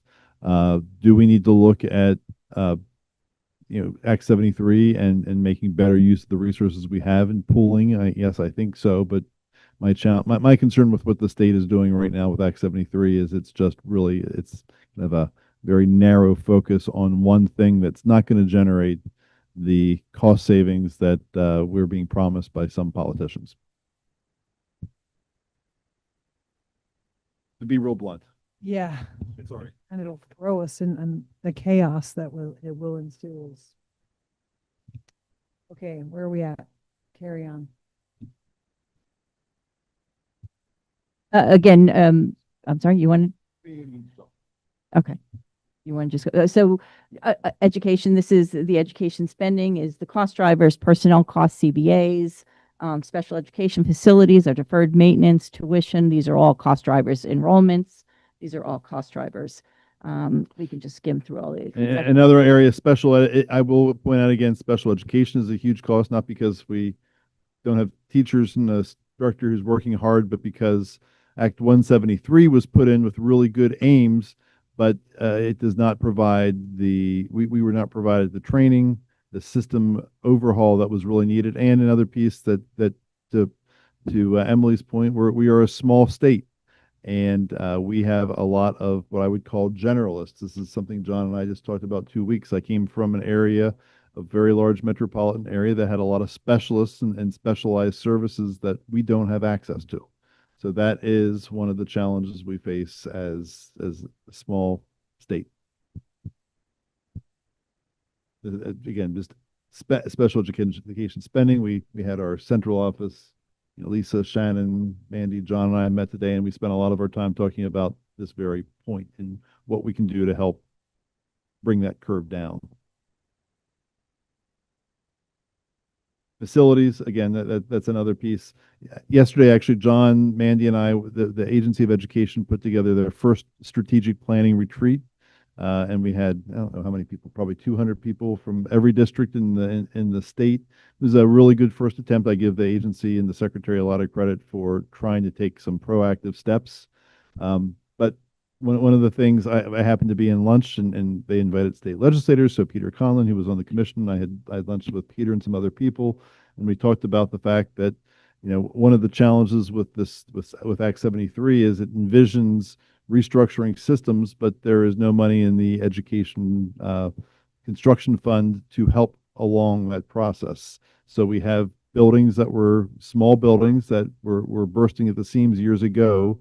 But we don't have enough students within range. When I did the calculations, we have about 8 students per square mile in Vermont, and so you have to have a large reach, and our buildings just are not located at places, or they're not of the scale that allow this to happen. But we don't have money to kind of remediate that problem. You take that one, Lisa?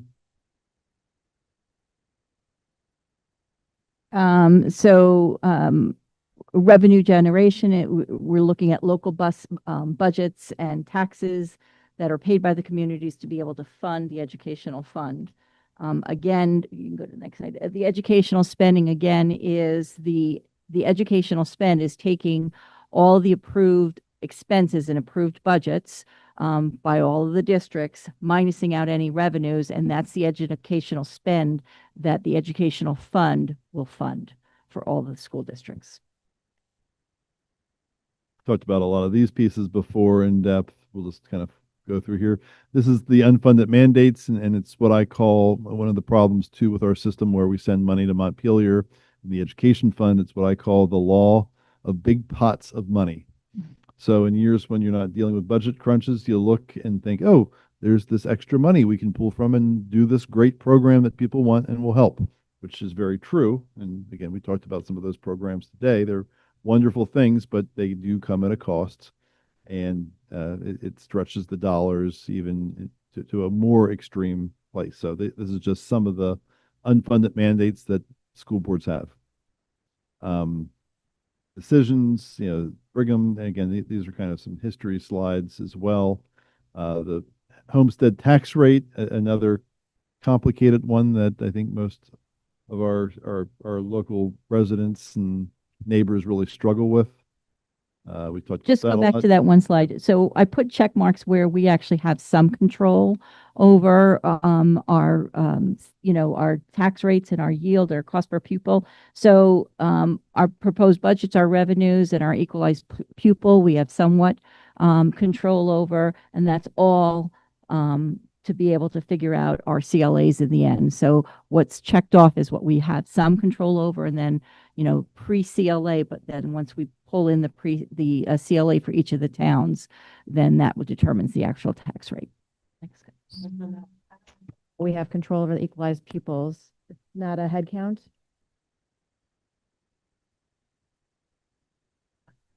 I checked it off in terms of if we have control over, in terms of making sure that our head counts are being counted correctly. Often our head counts, for instance, 2 years ago, our ELLs were not counted correctly, and we went back and we fought that. So making sure that data is correct and making sure that we're counting every student in the correct categorical aid, that we then get those extra weights for. So we have some control over that data in terms of making sure it's calculated correctly, because in the end, it's either a plus or a minus in terms of revenue that comes into the school. So we have somewhat control over that and making sure that those numbers are accurate. And it's key is having that data accurate. And, a couple years ago, if you recall, it was 3 years ago, there was 5 views of the ADMs, and making sure that we kept pushing back and saying it's not accurate, it's not accurate. And if we didn't keep pushing back, we would have lost a lot of money at that point. So we have somewhat of a control over that, making sure that they're counting every one of our students and working with our data managers to making sure that, vetting those numbers. So that's where I'm checking off that we have a little bit of control over that. Also, we do have IT people, and I mentioned before, Curtis is one of those people that really work with our part of our data team and spend a lot of time making sure that enrollment's accurate. That's why we do returning student registration every year. It's why we employ someone who just focuses their day on data, and the money we spend in our IT more than pays for itself in this category. The next few slides are slides that you've seen in the past. I just put these in here for new board members, and you'll be starting to see these with the next phases of budget presentations that I will be doing.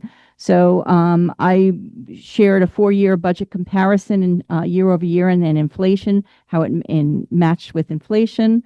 You can go to the next slide. The next slide is what I will be presenting in all of my different scenarios for the 3 different budget presentations I'll be doing. This would be a breakdown of all of our expenses by large category. And then once we have a budget, then I produce a line by line item for those categories. But I will be coming in 2 weeks to give a first preliminary view of what I anticipate expenses to be. Again, that would be pre-December 1st yield. So these numbers, once I start getting these numbers and start plugging it in to be able to funnel down to what our cost per pupil would be, is all very preliminary until I get that December 1st letter. Go ahead, Jonathan. Lisa, I have a question for you. Could you please, when you drew up the 25-26 expense budget, could you include sports and the such into its own category for us, please? So I can bring it down to a detailed level. So I'll be able to do that if anybody else wants other specific categories. Right now, these are large buckets, what we call categories. So all salaries, benefits, purchase services. But then I could be able to break it down. I won't be able to do that on the first pass, but in pass 2 and pass 3, definitely you'll have then a breakdown. And if there's additional views that you would like to see, transportation work versus O&M versus sports, I can do that too. I can be able to focus on that. Just give me advance notice and I can be able to pull that and have that view. Thank you. And then one other thing I was thinking about the other day is that could we also potentially, and you've kind of done this already, but like I know that we haven't cut any sports alongside all of these other massive cuts that have gone on, and it would be good. I would like to know, maybe that's right on this chart, but I'd like to see it broken down maybe a little further into various, into smaller detail as to what percentage of the math department, what percentage of the music department, art department, sports, etc., has been affected. Because I'm a strong proponent of that every area that we budget for should be equally cut from, and I know that hasn't happened at this time, and I hope that we can maybe work together to make sure it happens this time, where if we're making any cuts that we don't spare anybody from the knife, because it's painful for every cut, and I don't think that anybody should be spared it, if we're going to be cutting things. The next slide. Go ahead. He has, to Jonathan's point on getting some deeper data, if there's a spot on here that you would like to see more involved data, we need to know that in the very near future. So we Yeah, can... it's sports. It would be the one I mentioned. Oh, no, I got yours. I'm offering it to other people. If there's other things they'd like to dive deeper into number wise. Yeah. Yeah. So if you have something, reach out and let us know. And Lisa will add it to her list. Thank you. Thank you.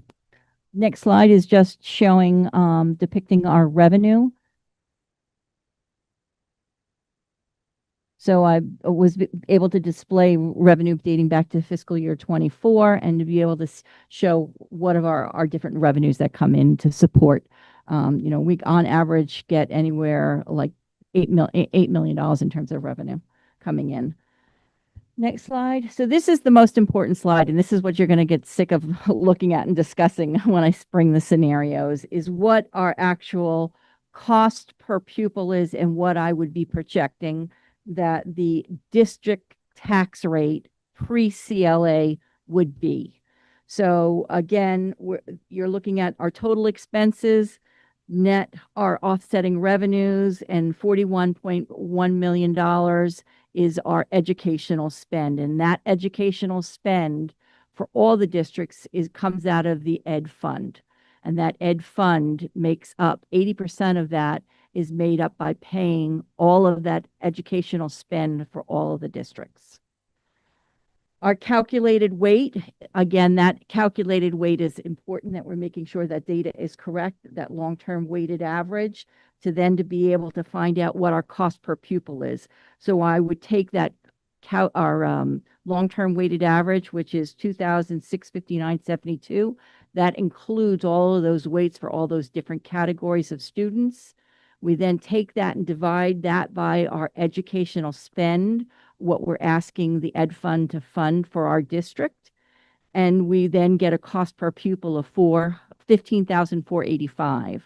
I just want to remind everybody that this is based on fiscal year 2026. I don't know what 27s will be, but our excess spending threshold is 15,926, and where our cost per pupil is currently at 15,485. So we're about $482 away from that excess threshold. And if we exceed that, we are taxed for every $1 over, we're taxed $2. So again, that's current methodology. Who knows what it's going to be in the future, but I just wanted to be able to share that. About 200, about 200 and some odd dollars. Do we get the new excess threshold with the yield bill? I can't remember when we got that number last year. It comes a little bit after, yeah. Mhm.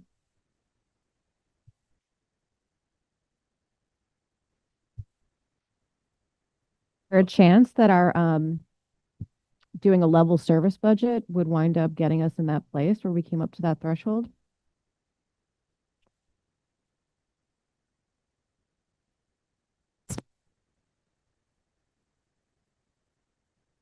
Still working on numbers, even though our healthcare number, I'm jumping for joy at 7.3%, which is sad, but other numbers are coming in higher. So I don't have where we're at yet because I'm still working with directors and special ed and IT in terms of what I need to still be plugging in, and I'm still kind of massaging those numbers and trying to sharpen the pencil. So I don't know yet. It's still very preliminary. Next slide. Okay. Once we get our district tax rate, then we then apply the CLA. The CLAs come in January for each of the towns, preliminary CLAs, and then I apply those preliminary CLAs to our district tax rate to be able to see then what the tax implications are for each of the different towns. And you can see I do normally a big spreadsheet based on whether home is valued at 250,000, 350,000, or 450,000, and what the tax implication for each of those towns would be, an increase or a decrease. Next slide. I just shared some of our tax implications, fiscal year 26 versus 25. Moortown, you'll see, in Duxbury, there was a drop in fiscal year 26. That's because of the CLA, and then also they recently had evaluations done to their appraisals for their homes. Next slide. Just our pre-CLA comparison, our district tax rate over the years, I wanted to be able to share. And then remember that yield at this time was, this is an old slide, at this time was 10,000, but remember the yield actually dropped to 8,000 last year. So the yield fluctuates. I'm always nervous around December when that December 1st number comes out, because by the end of the session, the General Assembly session, that number can change. So, you know, let's go next slide. Just key takeaways. The educational finance system is unique. It's challenging. It's their approval for all of the budgets is the educational spend for each of the school districts. The legislature sets the yield at the end of spring.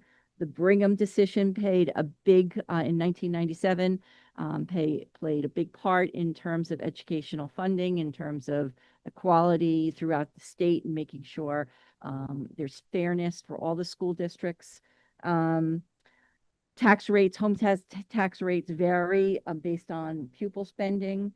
And then the homestead tax rate is, the non-homestead tax rate is a uniform tax rate throughout the state of Vermont. Next slide. It is complicated, frustrating. There's benefits and there's challenges. So during this time, you'll normally see me in my office taped to my desk, trying to work through everything. And then the rest are all resources that I plugged in there. What I did not, and I neglected to plug in this presentation, is a line item budget.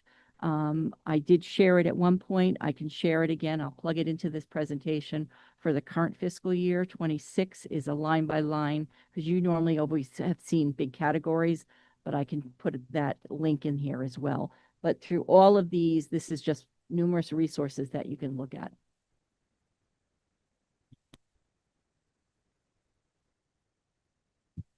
I'm now becoming sort of the school board philosopher, but I look, but it just occurred to me looking at this, and again, reading those survey responses has got me spinning.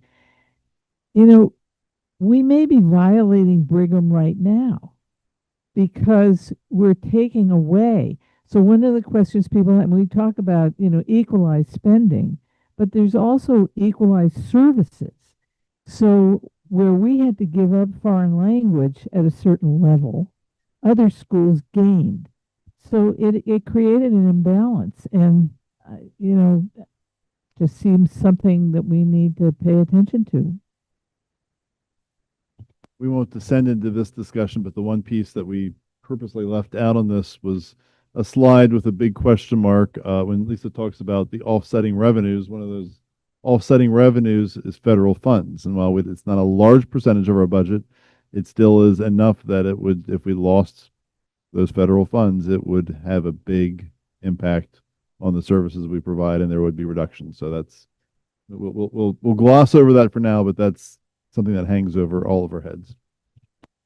One thing I just want to make note of, all federal funds, what we're talking about in terms of this is our general fund comes from taxes. Any federal funds or loss of federal funds would definitely impact us, because that shift in funds that are paid from federal dollars, how are those, where does that go then? And so that could have a major impact on us if we lost federal funds, just as we're experiencing with ARP ESSER funding.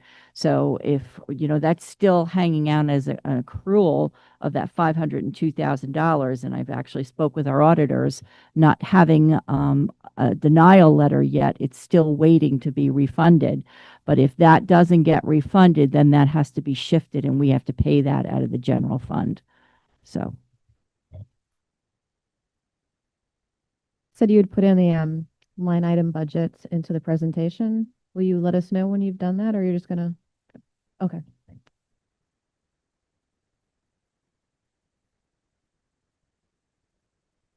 Thank you.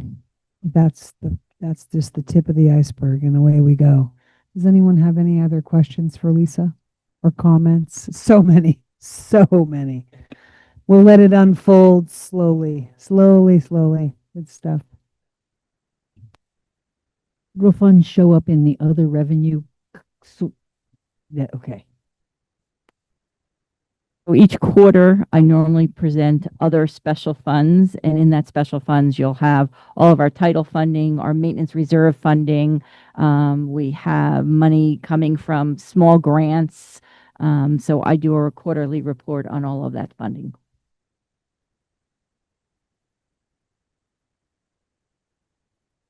Thank you.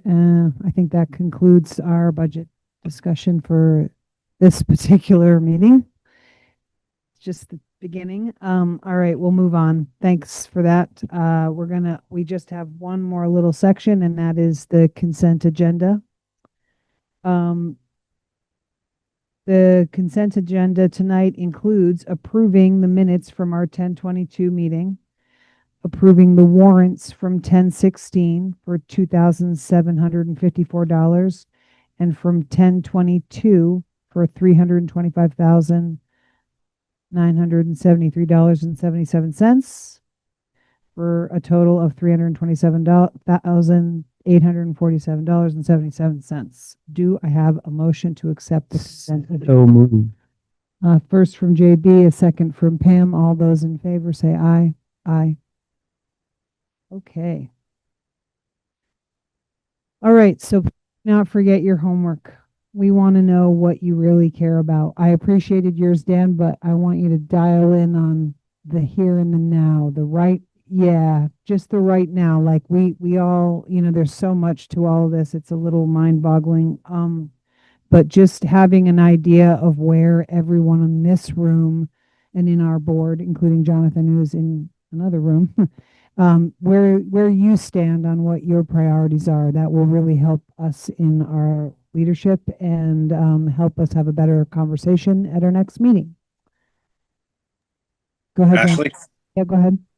I mean, I kind of said it already, but I just want to ensure that if we do have to make cuts again, which, we're not sure yet, of course, that we apply pressure everywhere and not just in places that is easy. everything that we have already funded over the years was important to us enough to put it into the budget. And now that we have to take it out, there should be a recognition that all of those things are important, whether it be foreign language or sports or art or whatever. I think we need to be very, very judicious about making sure that nothing is left unturned and that we don't steal from one category repeatedly while leaving other categories unscathed. That is becoming a real blister on me, and I really want to address that this time around, so that we don't continue to lose, like the nurse situation, where if we had done a little better job spreading that pain around the district, we might have not have had to have put additional stresses on our existing nurses as we have. Even if that is working out fairly decently, I think we could all agree that it was better when we didn't have to share them. So that's the kind of thing I'm more interested in than anything. I understand none of these cuts are fun. Nobody wants to see anybody lose their job or their recreation or their passion as students.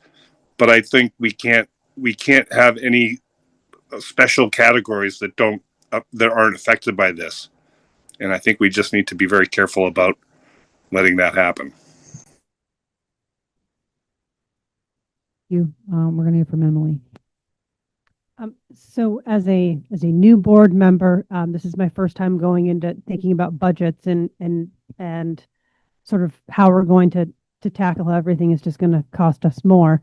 I think an important thing for those of us that are new board members that I would find helpful is sort of understanding some areas that are like, here are the things that are like a non-negotiable, they can't be cut. These are not options, because I think it will help understanding the areas where we do have to make those choices, and then the why. Because I think hearing other board members' concerns, I think it's also important to understand the limitations of what we can and we can't even consider for cuts. Great point. And I think we can dial in on some of that and break them out as to what are the have-tos.